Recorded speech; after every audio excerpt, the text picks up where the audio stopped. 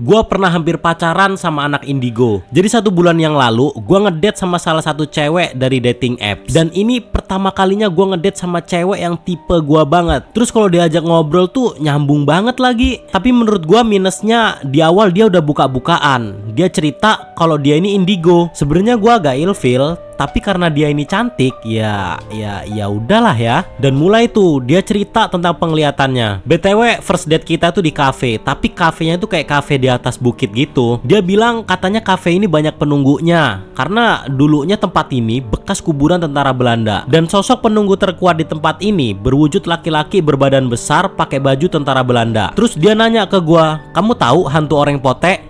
Itu fakta, bukan mitos. Setiap orang biasa yang ditampakin sama dia, dalam waktu 7 hari orang itu akan meninggal. Jujur sebenarnya gue agak merinding, tapi karena di sini rame, makanya tetap gue lanjutin. Terus nggak lama dari itu, gue ngajakin cewek ini ke rumah sakit buat jengukin om gue yang baru aja hari ini masuk ICU. Dia ngomong, kemarin dia sehat. Iya. Terus dia punya teman bisu. Iya, dia punya. Terus malamnya dadanya sesek. Seseknya tuh sesek banget. Iya. Kok kamu tahu sih? Iya, aku dikasih tahu sama sosok di belakangnya om kamu. Sosok tinggi dan gelap. Dia suka masuk ke tubuh orang bisu, terus buat orang bisu itu bisa ngomong. Dan orang yang bisa dengar orang bisu itu ngomong, gak nyampe 30 hari orang itu akan meninggal. Om kamu korbannya. Dan bener aja, besoknya om gua meninggal. Terus gua ajak cewek ini ke pemakamannya. Dia ngomong lagi, lihat nggak nenek yang pakai kursi roda di seberang jalan? Dia tuh sebenarnya bisa jalan, tapi ada sosok yang menggangin kaki dia sampai dia nggak bisa jalan. Dan orang yang tatapan mata sama dia besoknya bakal meninggal. Kamu nunduk terus ya? Wah, gua merinding parah tuh di situ. Tapi ya udahlah. Nah, besok paginya gue dapet kabar dari orang tua si cewek ini kalau si cewek ini dadanya sesek banget dan minta gue jengukin dia secepatnya. Jantung gue kayak mau copot rasanya karena gue takut cewek ini bernasib sama kayak om gue. Gue buru-buru ke rumahnya